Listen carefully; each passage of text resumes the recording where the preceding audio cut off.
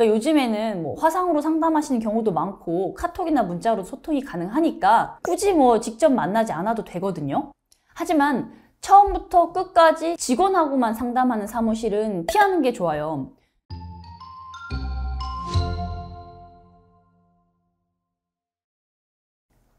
안녕하세요. 회생이 답이지의 이미지 변호사입니다. 오늘은 개인 회생을 준비하시는 분들이 많이 고민하시는 어떤 사무실에 맡겨야 할까요? 라는 주제를 좀 말씀드리려고 합니다. 특히 최근에는 서울에 있는 변호사 사무실이 더 낫다, 서울에 있는 법무법인이 제일 낫다는 식의 이야기들이 있어서 이 부분에 대해서도 확실히 좀 짚고 넘어가려고 해요. 자, 결론부터 말씀을 드리자면 그 사무실이 위치한 지역은 전혀 중요하지 않습니다. 왜 그럴까요? 첫째, 개인회생은 전자소송으로 진행해요. 2020년부터는 모든 법원이 전자소송 시스템을 도입했기 때문에 실제로 법원에 가서 처리해야 되는 업무는 거의 없어요. 자, 둘째, 지역 법원과 친분이 있는 그 근처에 있는 사무실이 유리하다, 이런 말도 사실이 아닙니다. 개인회생 사건은 법원의 실무 준칙과 기준에 따라서 엄격하게 처리가 되기 때문에 개인적인 친분으로 유리한 결과를 받을 수 있는 여지가 전혀 없다고 보셔도 돼요. 셋째, 오히려 각 지역 법원의 특성을 잘 알고 있는 게 중요한데 이거는 그 지역에 있다고 해서 자동으로 알게 되는 게 아니거든요. 실제로 그 지역 법원에 많은 사건을 처리해 본 경험이 있어야 할 수 있는 거죠. 그러면 정말 중요한 선택 기준은 무엇일까요? 제가 세 가지 핵심 포인트를 말씀드릴게요. 첫 번째는 실제 경험과 전문성입니다. 개인회생 사건은 겉으로 보기에는 전부 비슷해 보여도 각각의 사례마다 정말 다양한 변수들이 있어요. 예를 들어서 같은 직장인이라고 하더라도 급여 외 수당이 있는 경우와 없는 경우 다르고요. 그분한테 부양가족이 있는 경우와 없는 경우도 다르죠. 또 가장 중요한 건 법원의 보정명령에 대한 대응입니다. 제가 이 말씀을 굉장히 여러 번 드리고 있는데 이 법원의 보정명령이란 법원에서 이 부분을 뭐 이렇게 고치세요, 뭐 저 부분은 이런 자료를 더 내세요, 이런 식으로 보완을 요구하는 건데요. 이 보정명령에 어떻게 대응하느냐에 따라 변제금이 크게 달라질 수 있어요.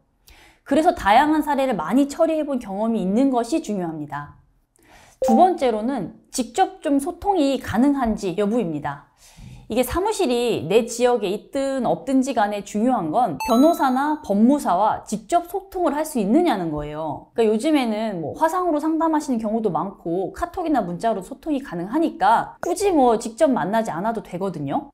하지만 처음부터 끝까지 직원하고만 상담하는 사무실은 피하는 게 좋아요. 왜냐하면 개인회생이라고 하는 건 단순히 서류 작성만 하는 게 아니라 의뢰인의 상황을 정확히 파악하고 거기에 맞는 전략을 세워야 하기 때문입니다. 세 번째는 비용의 투명성이라는 부분이 있어요. 이게 수임료가 비싸다고 무조건 좋은 것도 아니고 뭐 싸다고 나쁜 것도 아닌데요. 중요한 건 개인회생 절차 처음부터 끝까지 발생하는 모든 비용을 명확하게 설명을 해주느냐 하는 부분이에요. 예를 들어서 여기서 순수한 변호사의 수임료는 얼마인지, 법원에 인지된 얼마인지, 송달료는 얼마인지, 나중에 추가로 발생할 수 있는 비용은 있는지 없는지, 있다면 어느 정도가 나올지, 이런 것들을 처음부터 좀 명확하게 설명해주는 사무실을 찾으시는 게 좋겠죠. 특히 주의하실 점은 수임료 대출을 해준다 이렇게 말하는 곳은 절대 가시면 안 될 것 같아요.